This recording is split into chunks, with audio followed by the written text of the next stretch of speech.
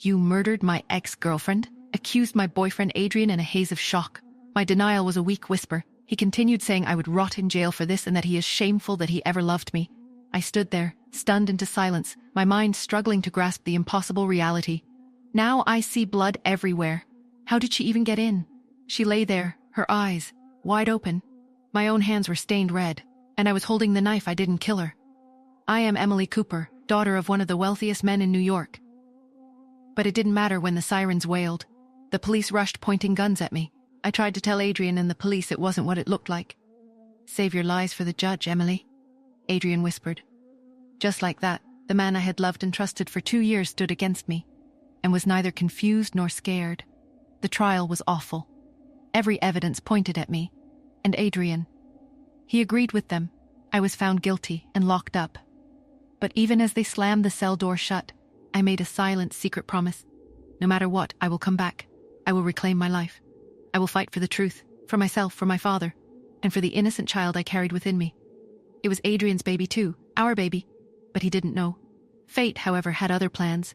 In that prison cell, I had my baby boy. He had my eyes, Adrian's jawline, and a weak heart. They told me he died very soon after he was born. Adrian took him from me before I could really hold him. When I begged and pleaded with him to let me see my son for the last time, he merely sent word through a lawyer claiming my little boy was dead, just like that. Fate was still continuously acting against me. My father, my anchor, the man whose strength seemed indomitable, couldn't withstand the stress. It shattered his health as he suffered a massive stroke, plunging into a deep coma. And the Cooper Empire, the legacy built over generations? Control was deftly transferred almost seamlessly into Adrian's undeserving hands. For 5 years, that cramped grey cell became my universe. The hours bled into days, days into years, marked only by the changing guards and the fading hope in the eyes of other inmates. But I survived. They framed me. They stole my son. They destroyed my family. They would all pay.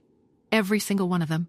And now, after 5 years of meticulously planning my return, hardening my heart, honing my resolve, I'm back. Back to New York City. Which is the same, but I am not. Now, 5 years later, the irony was bitter. Sitting beside him again, Adrian in the plush leather seat of his luxury car. He drove as if we were just old lovers catching up after a minor disagreement. You should come home, Em, he said gently. The house is the same. Lorraine made your favorite, chicken risotto. Lorraine, my stepmother, my father's second wife. I don't want to go home, Adrian. My voice was level, devoid of the emotion churning inside. Just take me to a motel, and take me to the office first. I need to go there immediately. You sure? He asked. Yes, I said coldly. He didn't argue further, not immediately. Instead of heading towards a motel, he pulled over near Cooper Tower, the gleaming monument to my family's legacy, now effectively his domain. Emily. He got out, circled the car with practiced ease. Emily, you look amazing. His gaze swept over me, appreciative, possessive, just like before. I've missed you. His voice was still velvet smooth. Did you miss me enough to visit me in prison? I asked, my voice sharp. Oh, wait, you never did. He shifted, producing an awkward laugh, a pathetic attempt to deflect. I didn't know how to face you, Em, he stammered. I was broken. I lost you. And our child. My stomach churned at his casual mention of the child I never held. The one he said died in his arms from some unknown sickness. Let's not pretend, Adrian, I cut him off. You let them think I was a murderer. I didn't want to. I was scared, he pleaded, reaching for my hand. But I never stopped loving you. His touch sent a jolt of revulsion through me. But I let him take it. I manufactured a smile. Prison taught me something. You don't fight wolves by growling. You pretend to be the lamb. Thank you. For the second chance, I murmured. Let's take things slow. Like before, he replied. Oh, Adrian, there would be no before. Only the reckoning to come. Yours. He drove me to a modest but clean motel downtown. I sat alone in the sterile room planning my next move. Suddenly the phone rang, startlingly loud in the quiet room. Who would be calling me here? Adrian? No, he just left. Liam? Unlikely. Tentatively, I picked up the receiver. Hello? I asked. Emily Cooper, a distorted low voice replied. Welcome back to the land of the living. Or perhaps the land of the lying. Who is this? I demanded. What do you want? Let's just say I'm someone who knows the official story is incomplete, the voice continued. That night wasn't as simple as a jealous lover's rage. My breath hitched. What do you know? I know things aren't always what they seem inside Cooper Tower, the voice warned. Be careful who you trust, Emily, especially those who smile the brightest. Your knight in shining armor might have polished his own dagger. Before I could demand more, the line clicked dead. I stood there, phone pressed to my ear, the dial tone buzzing ominously. Incomplete? Knight in shining armor? Was the caller warning me about Adrian or someone else? The next morning I walked into Cooper Tower alone. Heads turned, whispers followed me like shadows. My name was poison here. My old office, or rather, the space it once occupied, was renovated, modern, impersonal, wiped clean of my existence. The silence felt heavy, accusatory. Liam, my father's loyal former sales manager, found me there, his expression a mixture of shock and cautious welcome. Welcome back, Miss Cooper, he said softly, guiding me into the sterile space. Are you sure you're okay with all the work? I nodded, projecting strength I didn't entirely feel. As he turned to leave, he hesitated. You know, your father wouldn't have let any of this happen if he could have fought, he said quietly. He trusted the wrong people. My throat tightened. He meant Adrian. Hearing it confirmed by someone loyal to my father solidified the betrayal. There's a lot you don't know, Emily, he added, his voice barely above a whisper. He and Lorraine. They've been planning this for a long time. He left me reeling with that parting shot. Planned it? From the start? The cold calculation was almost harder to grasp than a crime of passion. As I headed towards the elevators later, needing air, needing to escape the suffocating weight of the office, the doors slid open. Inside stood a nervous-looking young man in a junior analyst's ill-fitting suit, clutching a stack of files. His eyes widened in recognition when he saw me. He opened his mouth as if to speak, a flicker of desperate urgency in his expression. Miss C. Cooper? He stammered. About that night? The security logs? Before he could finish, a smooth voice interrupted from behind me. Emily! Leaving already? It was Adrian. He stepped into the elevator, his presence instantly changing the atmosphere. The young analyst flinched, color draining from his face. The analyst remained mute for the rest of the ride down, exiting quickly on his floor without another glance in my direction. Adrian smiled at me, all charm and concern, but the encounter left a bitter taste. People knew things. People were scared. Adrian wasn't just controlling the narrative, he was controlling the silence. The oppressive atmosphere drove me to the ground floor cafe during lunch. That's when I saw him. A little boy, maybe 5 years old, bursting with energy, curly brown hair bouncing, a small train backpack strapped to his shoulders. He collided gently with my leg. I'm sorry, miss, he chirped, looking up with wide, bright eyes. I didn't see you. An unexpected smile touched my lips. It's okay, I assured him. Are you lost? Nope, it's my dad's birthday. I snuck out to buy him a present. He puffed out his chest, proud of his mission. Something about his eyes, a familiar spark, struck a chord deep within me. Can I help you pick something? I asked. Yes, please, I'm Jonathan. You can call me John, he declared. Hello, John, I said, kneeling to his level. He led me to the lobby gift shop, pointing decisively at an expensive silk tie. My dad will love this. Can we get it? Do you have enough money, John? I asked gently. He winked conspiratorially and opened his backpack, revealing a surprisingly thick wad of cash. Don't worry, miss. My grandparents and dad give me a lot. I saved it. He paid for the tie with the casual confidence of a seasoned shopper. Walking back through the lobby, an unfamiliar warmth spread through me. I like you, miss. I want to stay with you longer, he announced. Jonathan! A sharp, commanding voice cut through the lobby chatter. A group of men in sharp suits approached, flanking a man who radiated power and intensity. His eyes, piercing and intelligent, met mine, and lingered. John beamed, oblivious. That's my dad. I was buying the gift for him. His father's gaze remained fixed on me. Emily, he said, his voice deep, resonant. Just my name, but it landed like a pronouncement. How did he know me? As his security detail gently steered John away, the boy looked back, waving. Don't forget me, Miss Emily. I won't, John, I whispered, the words catching in my throat. Because I knew, with a certainty that terrified me, I would never forget him. Not just because of his charm, but because looking into his eyes felt impossibly like looking into a fragment of my own lost past.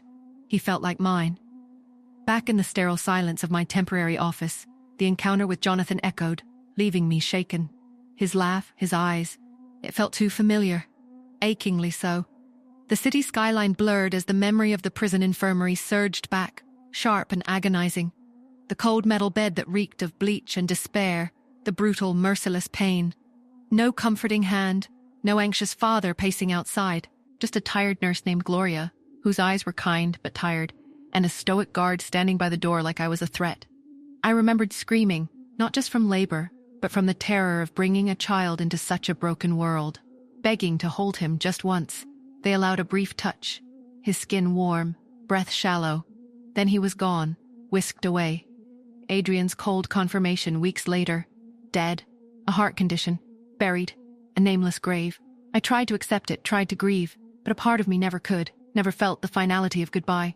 And now, this boy, Jonathan, Eric's son, Eric, the man from the lobby. Could it be possible? Or was 5 years of grief finally fracturing my sanity? The fear that I was wrong was terrifying, but the terror that I might be right, that was paralyzing. 6 o'clock. As I stepped out into the evening light, Adrian was there, leaning against his fancy car, waiting. The picture of solicitous concern. "You must be tired," he said, his tone carefully modulated. "Let's go home. Lorraine has been cooking all afternoon." I let him open the door, slid into the seat, accepting the mask of normalcy. Every lie needs a convincing performance, and mine was becoming second nature.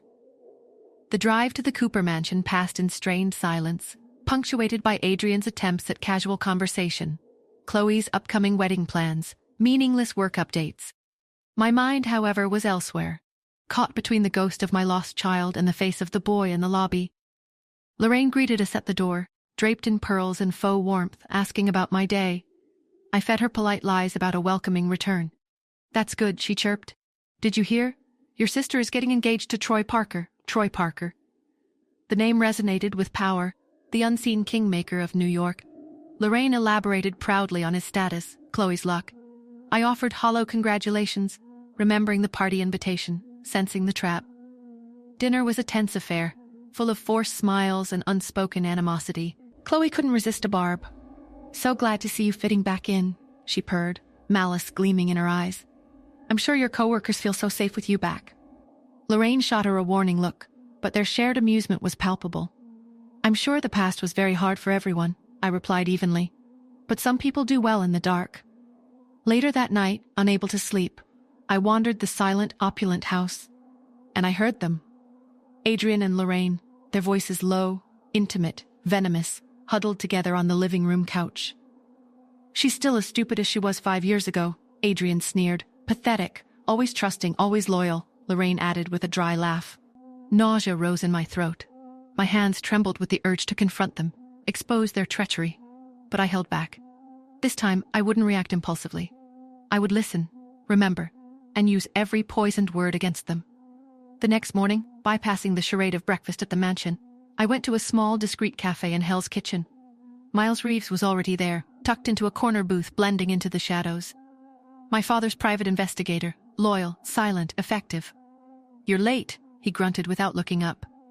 "You're grumpy," I retorted, sliding into the vinyl seat opposite him. He finally met my gaze, a flicker of something unreadable surprise, pity, crossing his stoic features. "It's been a long time," he acknowledged. "I know," I replied. After a moment, I cut to the chase. "I need everything you have on my case," I stated flatly. "The trial, the child, and Adrian."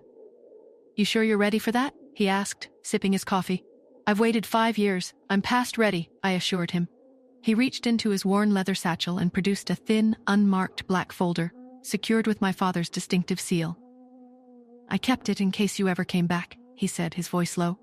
"Your father asked me to look into things just before the stroke. He had a feeling something didn't add up." I opened it, my fingers tracing over court transcripts, financial records, grainy photos, notes in my father's increasingly shaky hand. Then one document stopped my breath. A custody transfer, signed 2 days after I gave birth. "What's this?" I demanded. "A lawyer named Ben Halvers facilitated the paperwork," Miles explained grimly. "But the signature from your side, it's forged." "What?" The word was a choked whisper. "I pulled your real prison signature from intake. Doesn't match," he confirmed. I stared at the lie immortalized in ink. He took my son, without my consent. Miles nodded slowly. And the hospital? The one where the child supposedly died? Shut down 2 months later. The attending doctor vanished. No license records, no tax trail. Just gone. Bile rose in my throat. And the death certificate? Filed by someone under an alias. We traced the address. Rented office. Fake phone number. No trace. He stated flatly. I sat in stunned silence, my hand curling into a fist on the tabletop. He made me bury a ghost, I said, the words thick with dawning horror. And he never thought I'd come back. Miles leaned forward, his voice dropping further. You were never supposed to. That's the part you need to understand, Emily. This whole thing framing you, the trial, the child. It was never about justice. It was about control, about the company, your father's empire, and keeping you out of the way. Permanently. He paused, his eyes searching mine. And Emily. Be careful. Really careful. My digging stirred things up back then. I got warned off, anonymously, but clearly. Someone powerful wanted this buried deep. It might be more than just Adrian and Lorraine involved. You're walking back into a viper's nest, and not all the snakes wear Cooper colors. His warning resonated with the anonymous phone call, amplifying my unease. More than Adrian and Lorraine? Who else stood to gain? I wanted to crumble, to scream against the sheer scale of the conspiracy. But I didn't. I stared into my black coffee, its surface mirroring the darkness I was plunging into. Can you help me? I asked. I already am, he replied. But if you want to do this, Emily, you'll have to play dirty. No more hesitation, no more second chances. I nodded, a cold resolve settling over me. Good, because I wasn't planning on giving any. After leaving Miles, I couldn't face the Cooper mansion.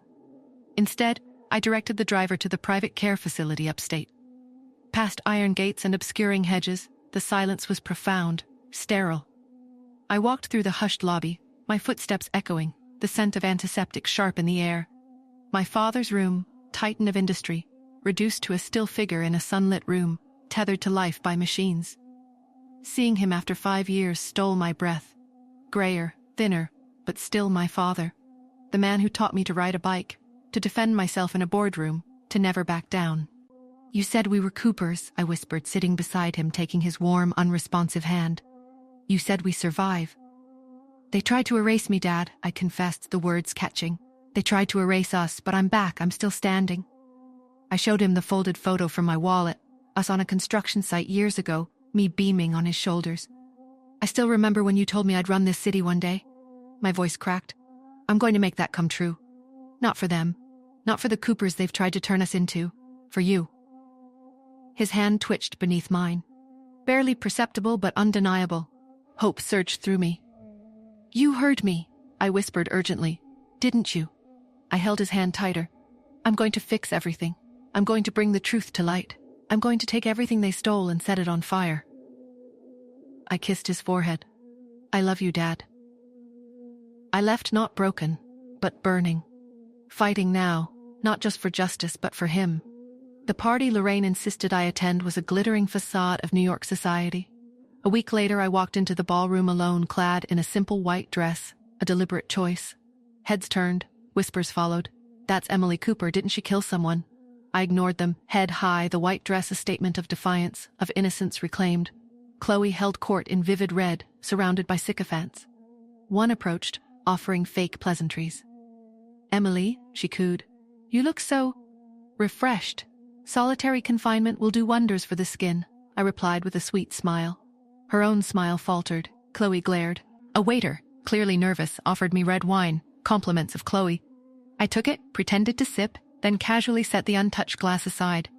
Chloe's jaw tightened. Round one, mine. Later, another waiter clumsily spilled champagne on my dress. Gasps rippled through the crowd. Chloe swooped in, dripping false sympathy. Oh no, Emily, I'm so sorry, she exclaimed dramatically. How terribly clumsy of the staff tonight. The dark stain bloomed on the white silk. I looked directly at Chloe.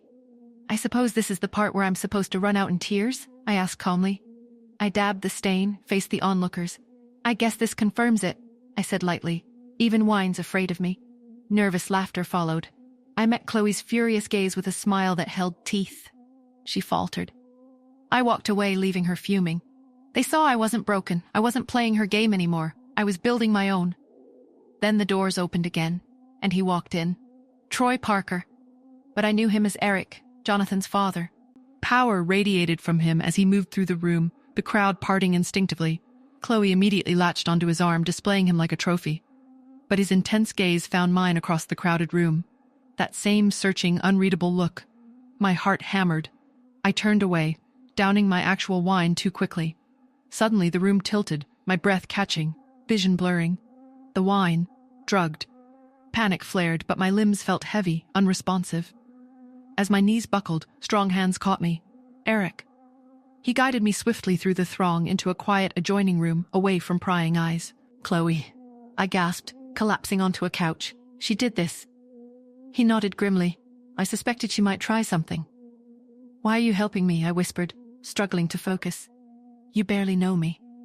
Maybe I know more than you think, he replied cryptically. He paced, agitated. Everyone I've ever trusted has betrayed me, I said bitterly. They took my child away from me. Why should you be any different? He stopped, turning to face me, his expression intense. Because I'm not them, Emily, he stated firmly. And you know that.